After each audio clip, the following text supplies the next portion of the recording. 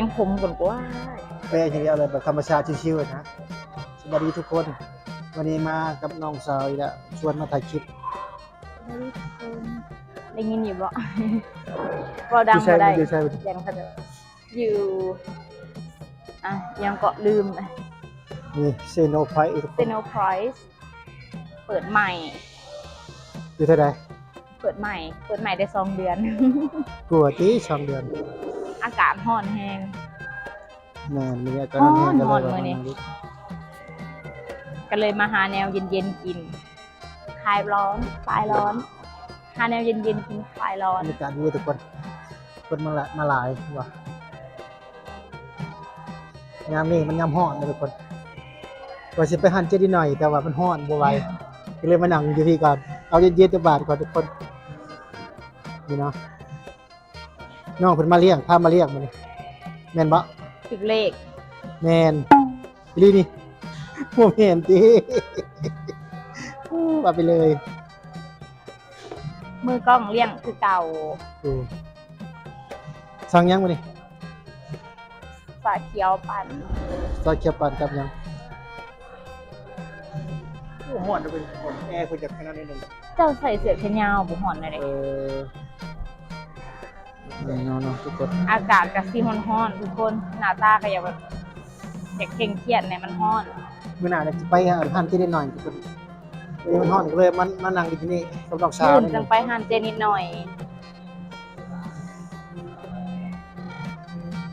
ฟังเด้อเดี๋ยวเพิ่นสั่งอยู่ที่นี่นี่ดังไปเลยจะเอาไปสิมีรีโมทให้พ่อได้พ่อมาซินพอยไปสิมีรีโมทคิวเพิ่นแล้วเฮาสั่งได้อันดับคิวเฮาคืออันดับที่15แต่อันนี้ดังนะครับไปเอาเลยทุกคน ดังแล้วก็V10 ดังแล้วก็ไปเอาของเขา อุ้ย สิเพลงก็ได้เห็นรถตกบรรยากาศดีทุกคนว้าวบรรยากาศดูเซนโนพอยต์นี้คาเฟ่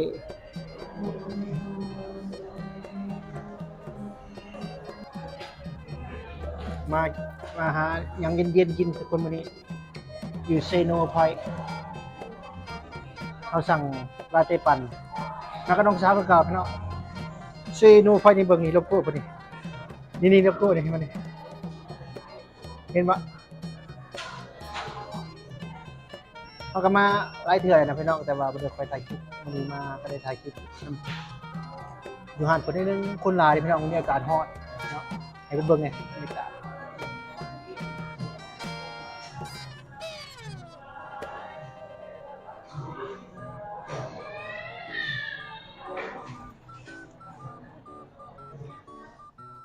ว้าว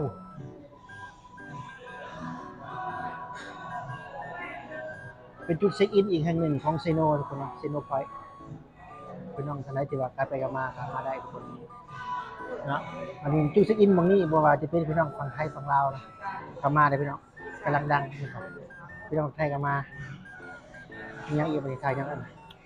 แต่ว่าไอ้นี่ก้อยเว้าอยู่กับไทยอื่นเฉยอยู่กินบ่เบียร์ บ่ อันนี้มีเบียร์คนไหนทุกคนเบียร์ก็มี เฮาบ่อยาก แล้วก็มีอาหารพร้อมอาหารและของทอด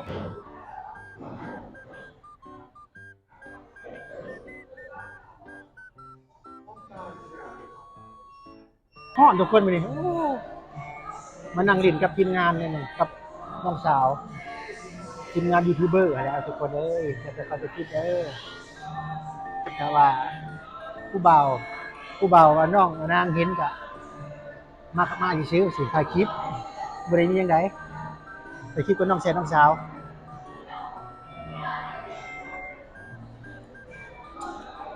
มันเย็นอยู่นี่แล้วก็บ่เย็นบ่ได้แอร์เขาอย่างนั้นแต่พัดลมเขาก็บ่ไหวแอร์กันมันร้อนโพดนะแอร์ก็บ่ไหวไปได้แอร์เดือดแห้งเลยการร้อนเกินไปนี่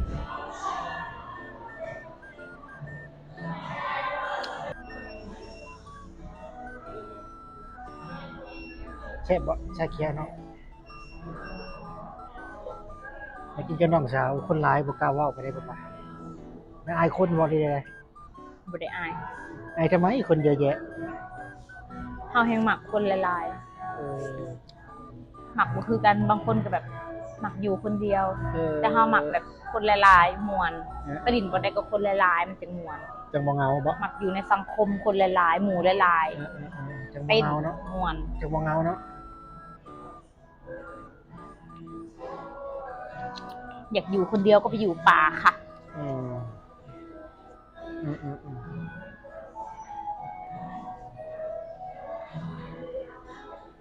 กินบ่อาหาร มีได้อาหารกัน อาหารและของทอดกันฟู้ดแอนด์ไฟ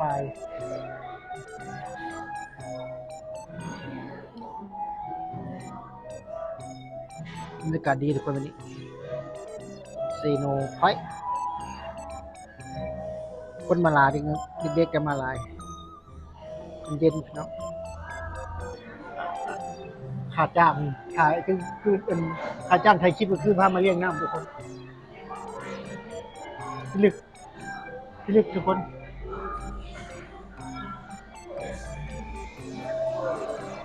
อยู่ห้านเซโนพอยต์ใช้โซ่ด้วยโซ่จอกเลยโซ่โลโก้เพิ่นเนี่ยโปรโมทให้เพิ่นเลยนี่นี่เพิ่นเห็นชิมเฮาเพิ่นมาตนะบ่แม่นตัวนึงน่ะก็เห็นชัดๆนี่บอกงั้น เรื่องในกระเมน มันอ่านเข้าใจนี่นี่มาตนะล่ะเจ้าของห้านเห็นแหละรุดให้เด้อพี่น้องเด้อรุดให้เด้อเจ้าของเด้อโปรโมทห้านให้กันนี่ ไม่ใช่พรีเซนเตอร์ เจ้าของห้านเท่าไหร่วะบ่เห็นเนาะแค่นั้นบ่แต่พนักงานดีเนาะ พนักงาน ว้าวน้องสาวเขาก็คือเก่าคือเดิมงามคือเก่าพี่น้องงามหน้าเรื่องงามหยังเรื่องงามใส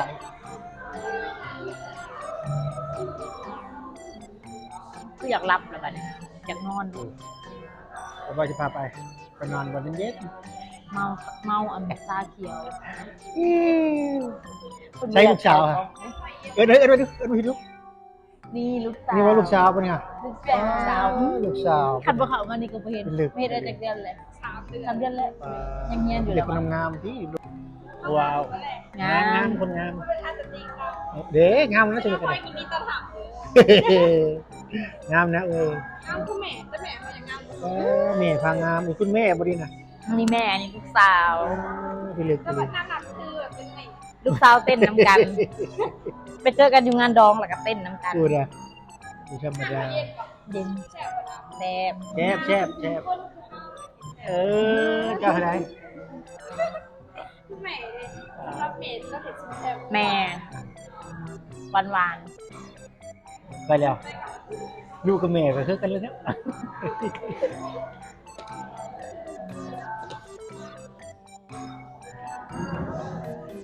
ทำสิกินมันนี่พี่น้องเอ้ยดู ๆมานั่งฟังเพลงชิว อันนั้นหลอดน้อยแล้วนะหลอดใหญ่เบิดไว้กัน ๆไปสิกินอีกดอกหนึ่ง โอ้กินลายทั้งเลยนี่ของเขาอยู่คนเขาคือลาเต้ปั่นเซโนพอยต์ว้าว มากินเย็นๆทุกคน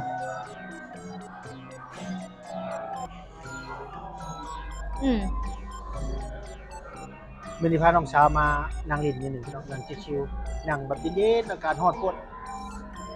เลยมานั่งตากแอร์ข้าก็มานั่งตากแอร์นิดนึงเนาะเพิ่นมากันน้องสาวเพิ่นมาก็เจออีกได้เจอลูกสาวเพิ่นอีกเพิ่นว่ามาเฮ็ดเวียกอยู่นี่เป็นพนักงานอยู่นี่เนาะ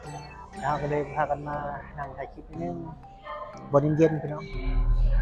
มื้อหน้าสิไปกินกินหน่อยต่อค่าประจำมื้อนี้มานี่ก่อน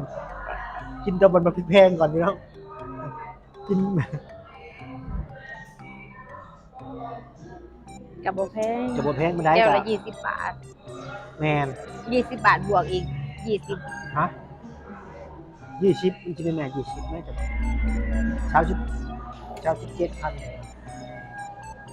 ไม่บอกว่า35,000 เราจมยังคือเราอกหักนี่แหละ ฮะ จะจมยังคือจะอกหักนี่แหละ บอกว่าคนอ อย่ า ย่าก คือจมยังหั่นน่ะ คือคนเลออย่าคือคนเลอบอกนี่เลย บอก แต่ ไปเล คน ย อกหักจมหั่นนะ บอกไปยันถ้าใส่ไม้ได้ยินอยู่แล้วทุกคนเนาะแต่ว่าบางว่าเพลงสิบ่เข้าเพลงมันมีลิขสิทธิ์ที่ว่ะ